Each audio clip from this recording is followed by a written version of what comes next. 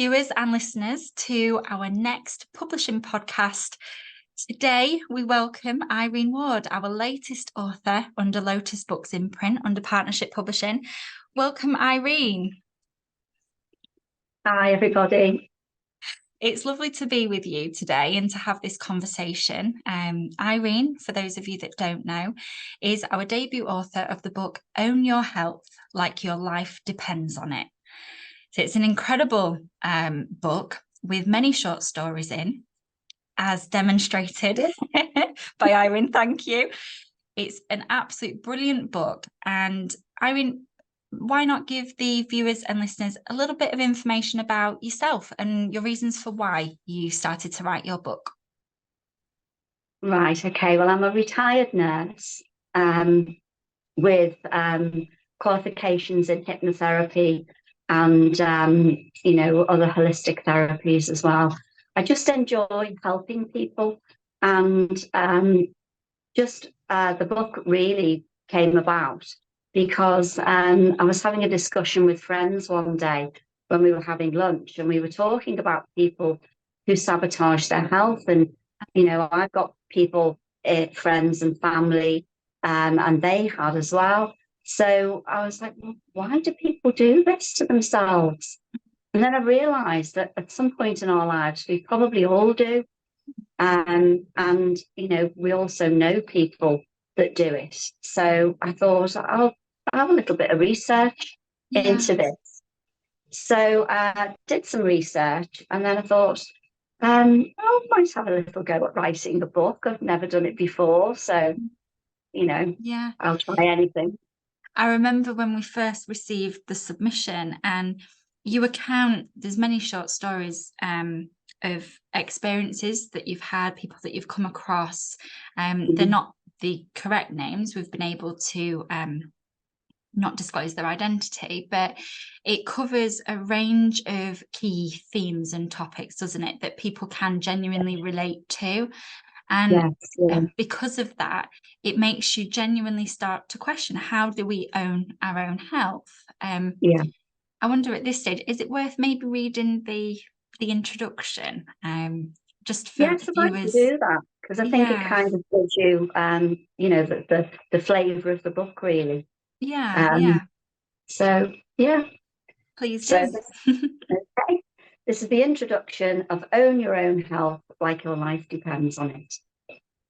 So, like many people, I've taken the odd sickie or made excuses to friends that I'm unwell to get me out of doing something that I'm not in the mood for at the time. To be honest, when we opt out, it can sometimes be beneficial to both yourself and your employer. You are no good in work if you really don't want to be there. A day off may be all you need to get yourself back in the right headspace. Of course, this should not be something that should be abused. However, I know of several people who deliberately sabotage their own health. They may do this unknowingly or for reasons known only to them. I've written this book to endeavour to understand the reasons why people sabotage their own health. I'll be looking at why people don't adhere to special diets when they have a specific health problem that requires them to do so. I'm also interested in why people abuse alcohol. There are many other ways people sabotage their health, and some of these will be discussed also. I will be taking a snapshot of each problem, as they could easily be the subject of a book individually. People may recognise some traits they have, and they may endeavour to change their behaviour.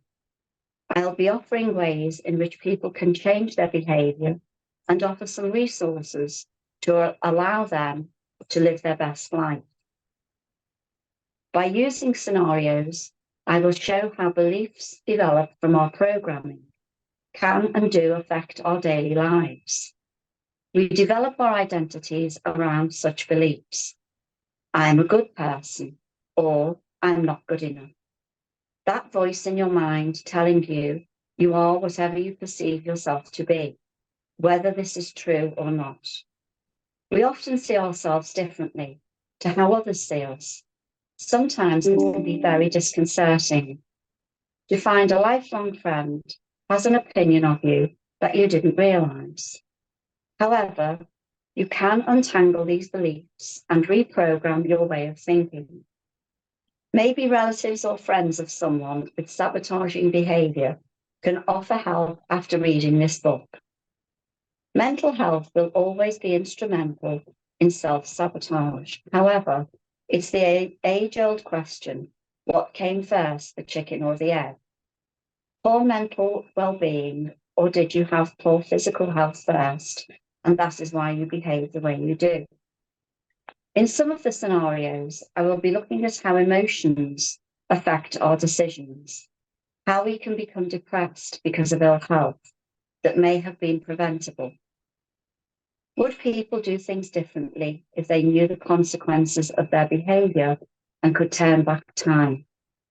Even though my career was in general nursing, I've always found matters of the mind intriguing.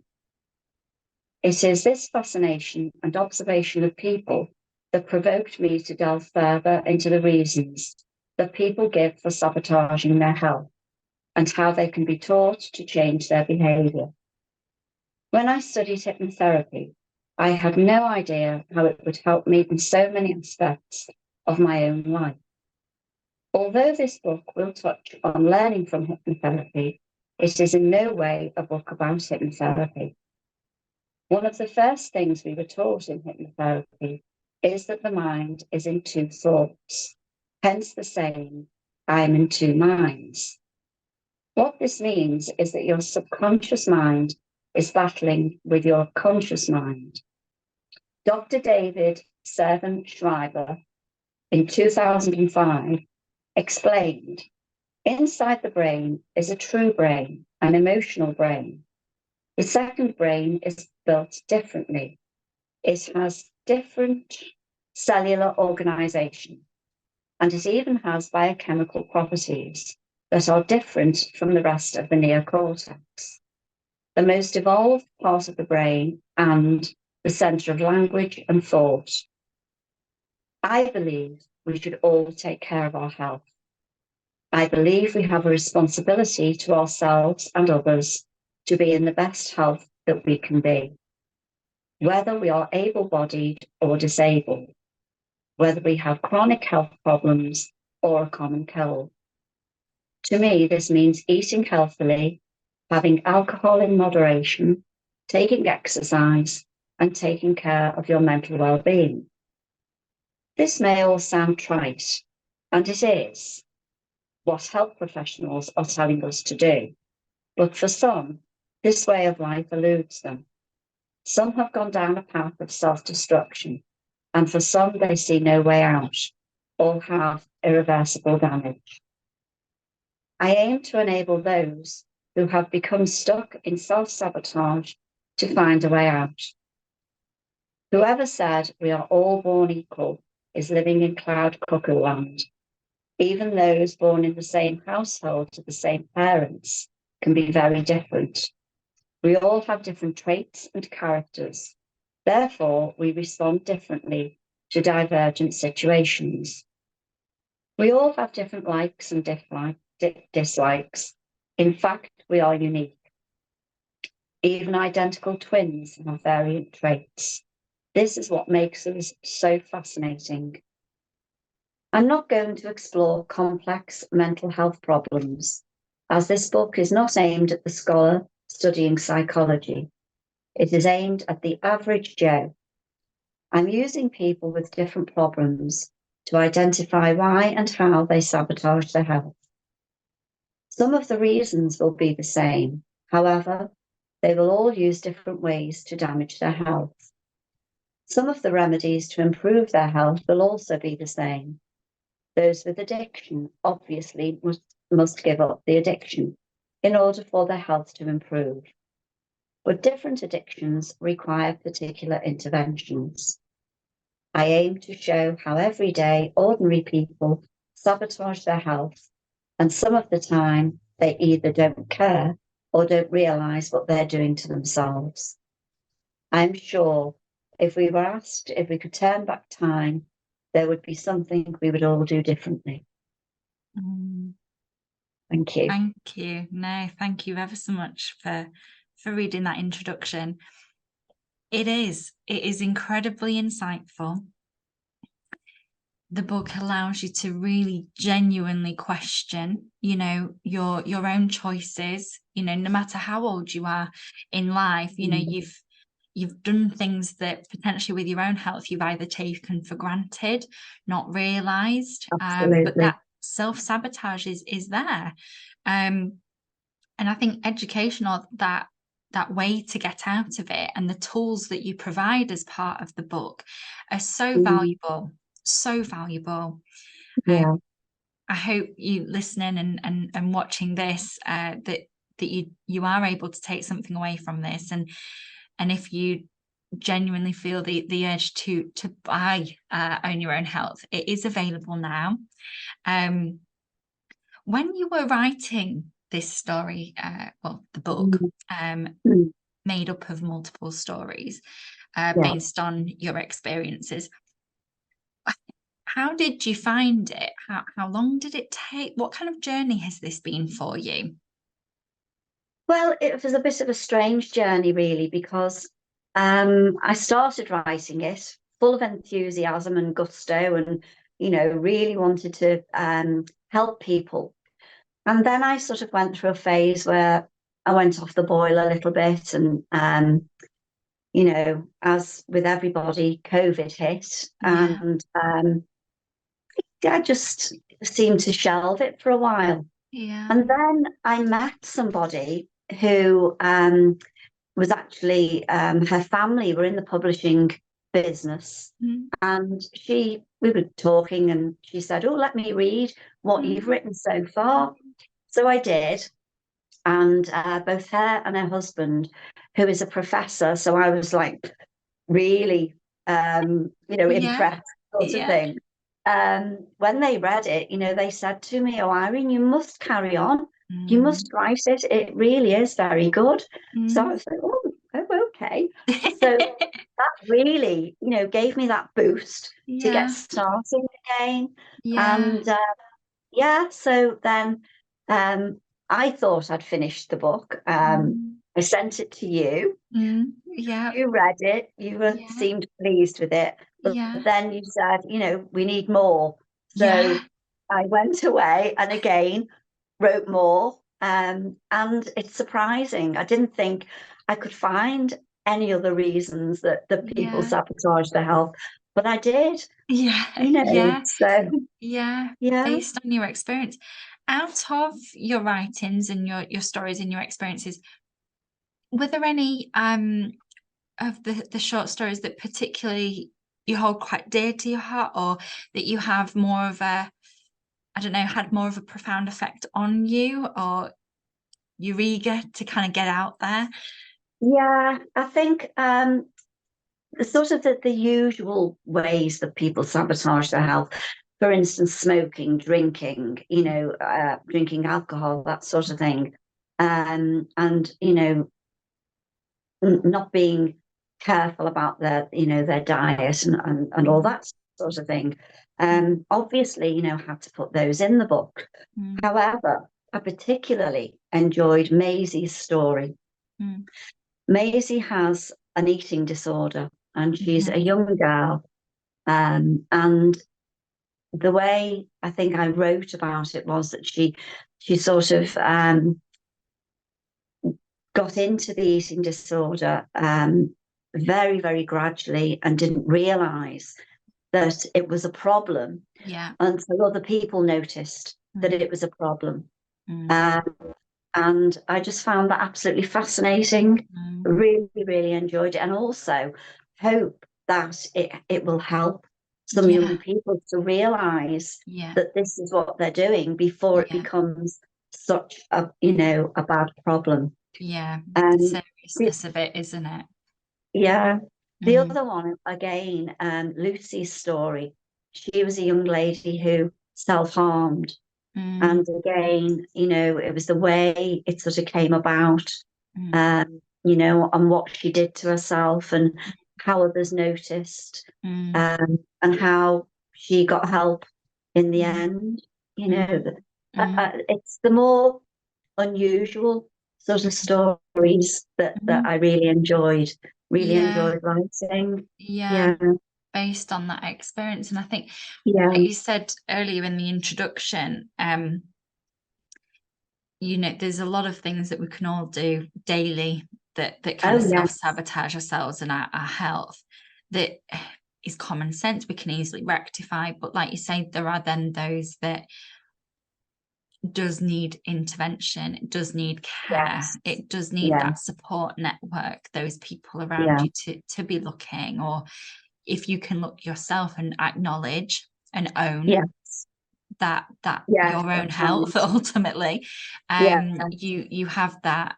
It's kind of like being responsible to yourself, isn't it? So if we can yeah, read the book, use the book, and potentially identify areas, it can really yeah. genuinely help you get out of that.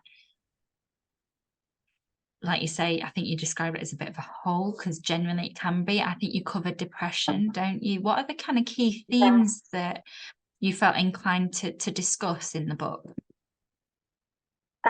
Well, that the people recognise, and for family and friends really as well, not just the person, Mhm. but for family and friends, if they're reading it, they may think, oh, I know somebody like that. So um, for them, hopefully, to have the courage to approach the person and say, listen, you're not on your own. Mm, There is help out there, mm, mm, and so at the end of each chapter, I've given, places mm. that people can go to for help. Yeah, yeah. So, for each, some of them are the same, Mm. but it's basically just to say, you're not on your own.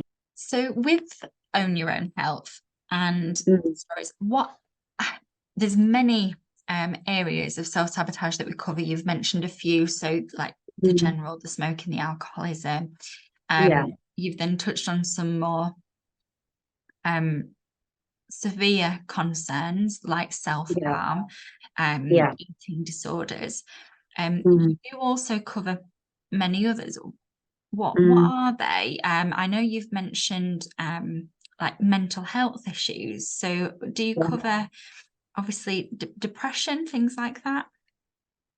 Well, one of the stories basically is about a young man called Daniel who tries to commit suicide.